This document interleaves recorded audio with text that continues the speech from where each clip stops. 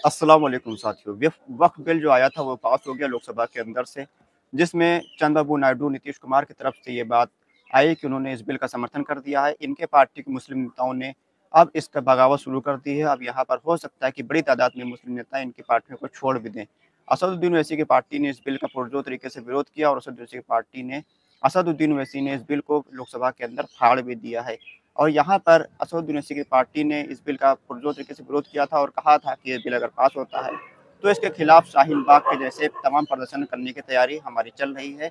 और यहाँ पर अगर ये बिल पास किया जाता है, शाहीन बाग पूरे देश के अंदर बनेगा। अब यहाँ पर इस बिल को पास हुआ है। इस बिल के पास होने में 288 वोट इस बिल को पास करने के पक्ष में पड़े हैं, तो 232 वोट विपक्ष में पड़े हैं। इसलिए ये बिल पास कर दिया गया। 272 वोटों की जरूरत थी, लेकिन 288 वोट एनडीए को मिल गए इस बिल के समर्थन में। अब राज्यसभा के अंदर ये बिल जाएगा और राज्यसभा के अंदर बिल पास कराने के लिए 123 सीटों की जरूरत है। हालांकि एनडीए के पास 125 सांसद इस वक्त मौजूद हैं राज्यसभा के अंदर।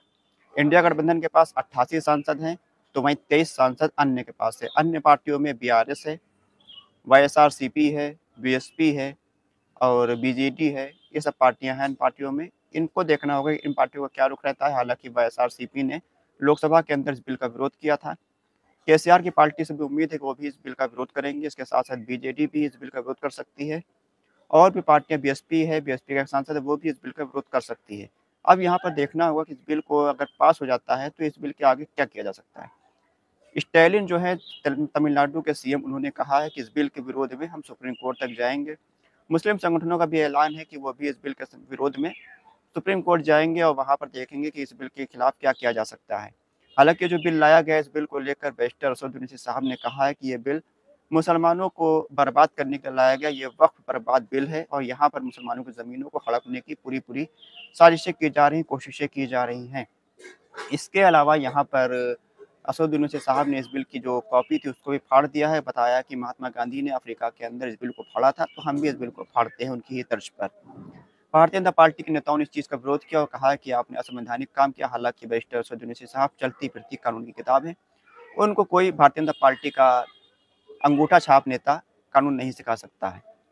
इसी तरह से बाकी पार्टियों के नेताओं ने भी इस बिल का विरोध किया, जैसे कि समाजवादी पार्टी के अखिलेश यादव ने इस बिल का विरोध किया और डीएमके की तरफ से पुरजोर तरीके से विरोध किया गया, टीएमसी की तरफ से विरोध किया गया।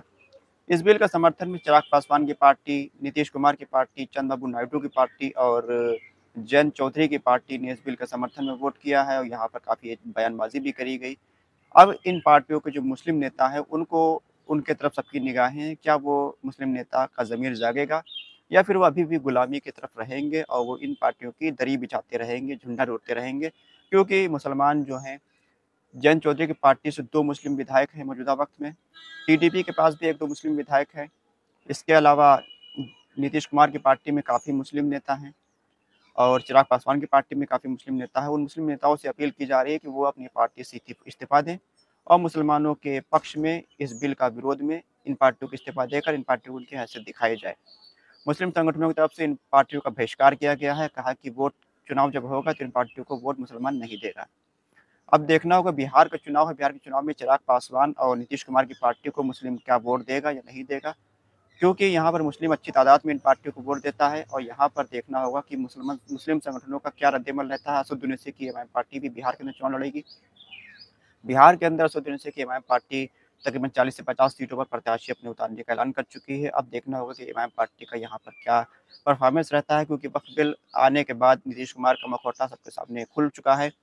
अब जो लोग नीतीश कुमार को वोट किए थे वो हो सकता है असदुद्दीन ओवैसी की तरफ आ जाए और नीतीश कुमार के कई नेता भी असदुद्दीन ओवैसी की पार्टी में शामिल हो सकते हैं, ऐसा भी दावा किया जा रहा है। आप ये क्या रहा है कि हमारी पार्टी को बिहार के अंदर कामयाबी मिलेगी? नीतीश कुमार, चिराग पासवान को मुसलमान सबक सिखाएंगे या नहीं सिखाएंगे? अपनी राय कमेंट बॉक्स में लिखकर जरूर बताइए। खुदा हाफिज़।